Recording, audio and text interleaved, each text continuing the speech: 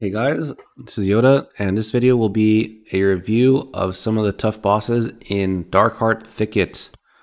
This is from a VOD on the YouTube channel of a 28, Spiteful Incorporeal Tyrannical. We'll start with the first boss. This one's not that difficult in my opinion for tanks, but I see a lot of them mess up the positioning. I'd say it's not difficult to survive, but I get a lot of questions about it, about the movement and why I'm tanking the frontal, so I figured I'd include it in this video. So we take it against the wall at the beginning. I do take the frontal.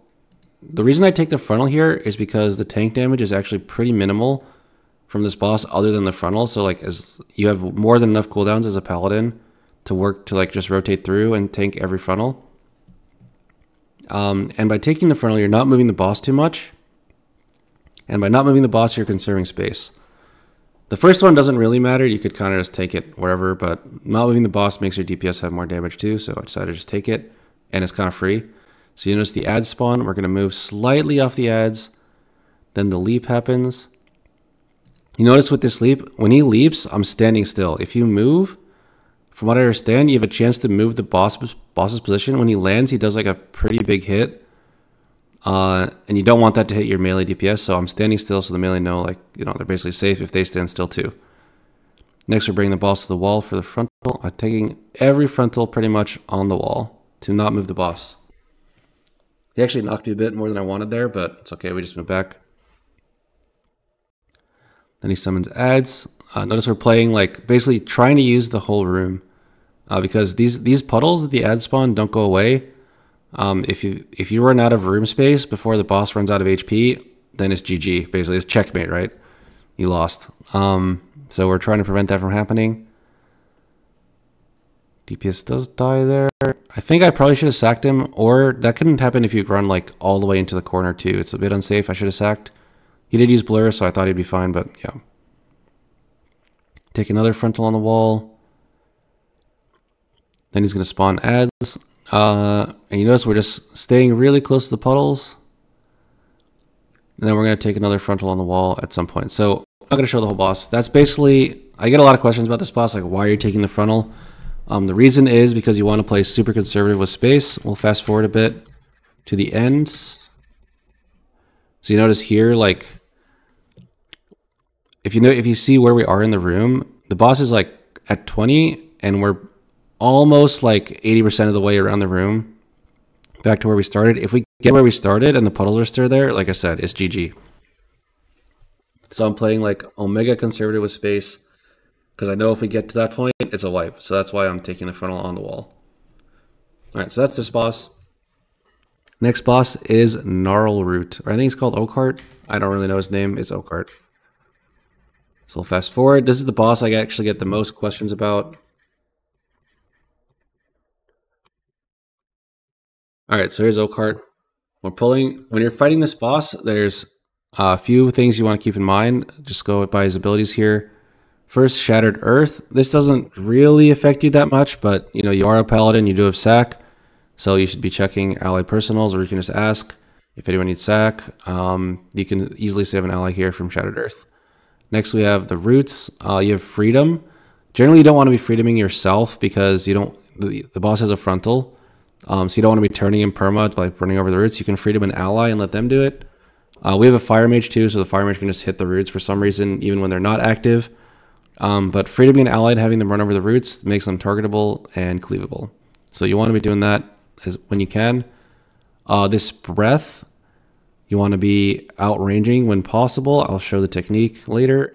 And this uproot, he just spawns ads. The ads do a decent amount of damage. If they start hitting your allies, they'll probably die, so you need to play to get aggro on them.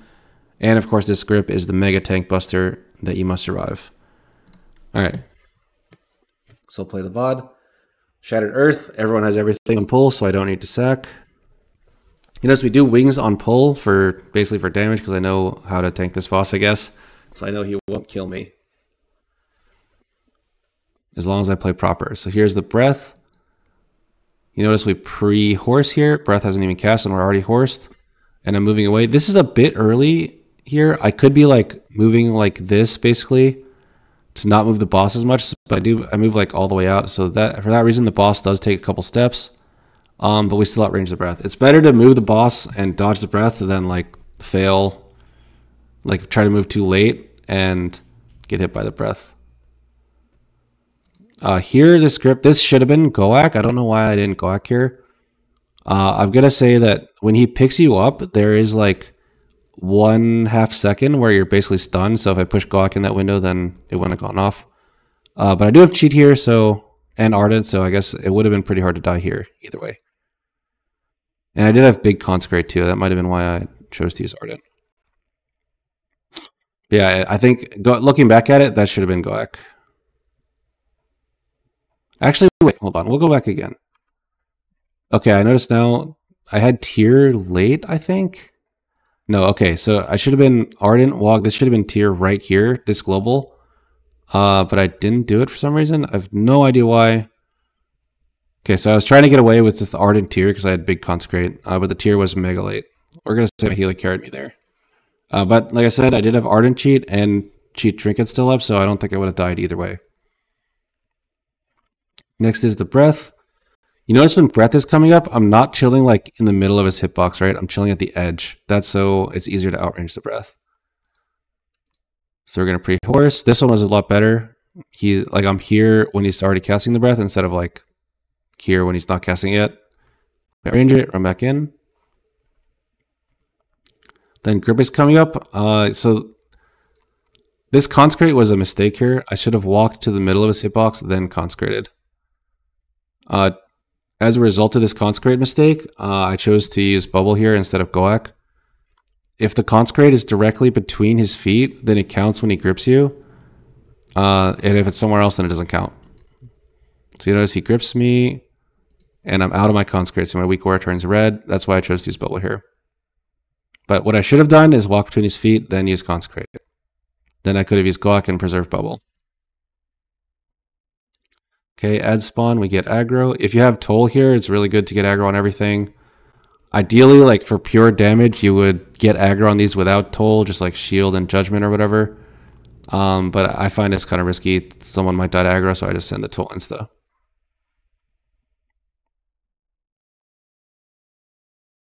Next, we have the Breath coming up. So you notice I'm walking straight up to the edge of his hitbox to not move him too much, but I'm not walking to the middle. So edge of hitbox, we're already pointed out. We horse. This was a really early movement. So the boss moves a lot. You ideally don't want to move the boss too much because you want to have him close to these roots. But it's like I said, it's much better to dodge the Breath and move the boss than to get hit and die. So yeah, for this grip coming up, big Consecrate is running out, so we're probably going to send the Goak here. Okay, I have wings, never mind. So I don't send Goak because I have wings. I think I had Tear on him too. So that's basically your strategy for cooldowns in general. You want to like wings off cooldown, and then if you have wings for a buster, that's good. If you don't have wings, that's when you use another cooldown. Accidentally walking a root here, but that's okay because he's about to knock.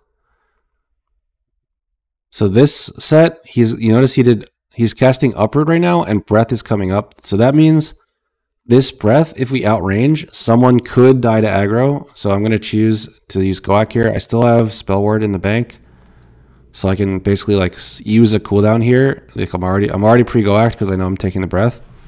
I can basically use a cooldown here in order to make sure no one dies to aggro. So we're doing that. This Breath does so much damage. I'm like big conk, and Goak still almost gets me to half, and has a dot. So since I used Goak there, I know I don't have it for the grip. That's where Spell Ward comes in.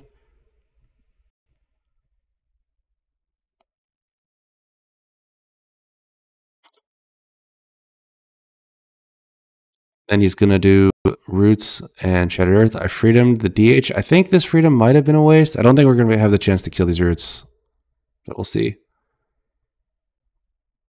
So watch another Breath here. Notice I'm not even bothering to Consecrate because I know I'm outranging this. So like I'm running back and forth, so there's no reason to. This is a bit of an early run, but kind of got lucky, so he channels Breath. I'm out, and I come back in. Now he's spawning ads. We have Wings, Big Conk, Divine Toll. Very epic for the pad. aggro and everything. So for this grip, this should have been tier also. I think I'm waiting for the ads to get more grip before I tier. Yeah, so we tier, we have wings tier, easy. We do have full hots from the druid too. Hopefully your healer is giving you this kind of attention as well during the grip. But, you know, with wings tiered, big conk, you should be fine anyway. Pretty sure I didn't need to walk myself there.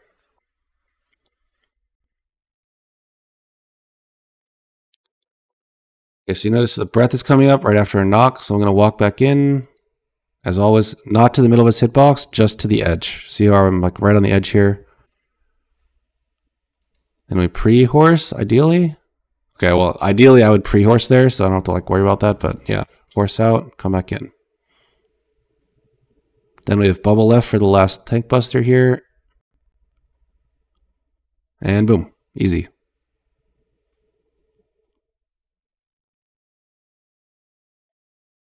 I think he dies before the next one.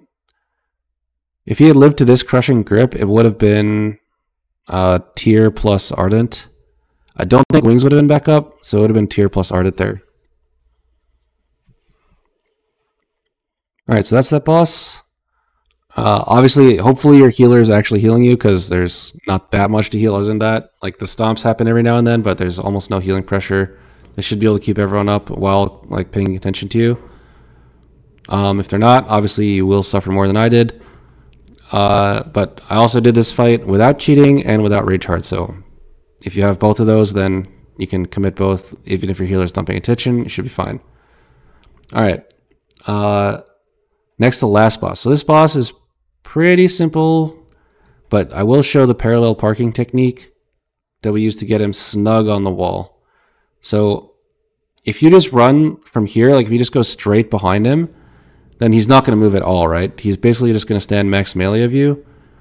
And that means he's not snug on the wall. He's like basically his melee range distance from the wall.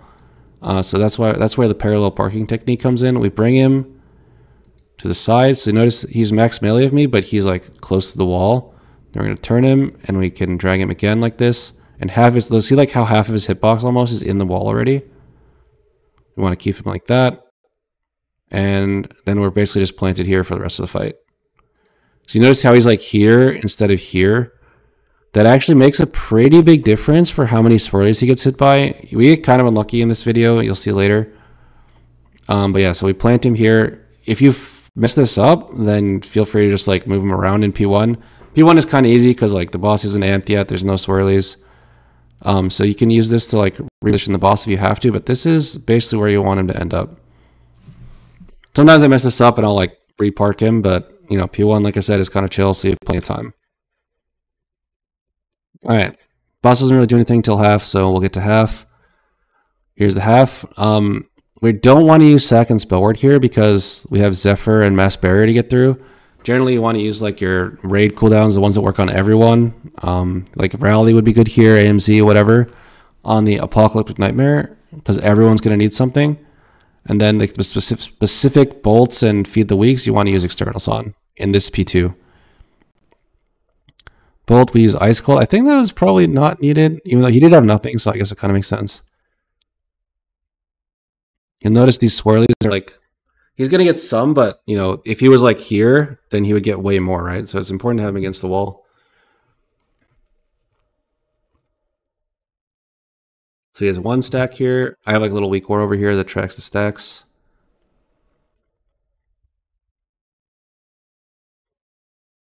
Early on in the phase, you're not going to need externals, I think, because everyone should still have their personals.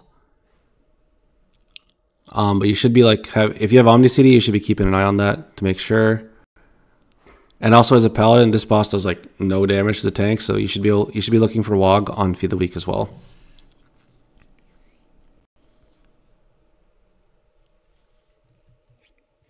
Two stacks, boss is at 25%. The strategy that's not this is like basically moving the boss around the middle.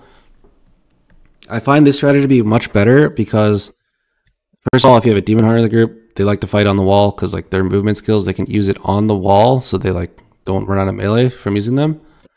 Second, this boss has like a few mechanics, right? Like one of them makes some guy stand by himself, which is the paranoia. The other one is like you want to stand together, where you get silenced. If you're like permanently moving the boss around, cutting around, then it's very easy to mess those up. Like this guy is probably going to get silenced a bunch. The paranoia one might get feared. But if the boss is a static position, then it's much easier to play those. All right, so we'll play the VOD. He's going to get one more stack here. As a tank, you can dodge these swirlies, but it's like more important to keep the boss still. You can also just like use a cooldown and eat the swirly since the boss doesn't really hit you. You sack there because the mage had nothing on the feed of the week. Next is Bark. I'm basically calling this, right? I'm like sack next external. Okay, the next external is Bark, so it's on the druid. He knows.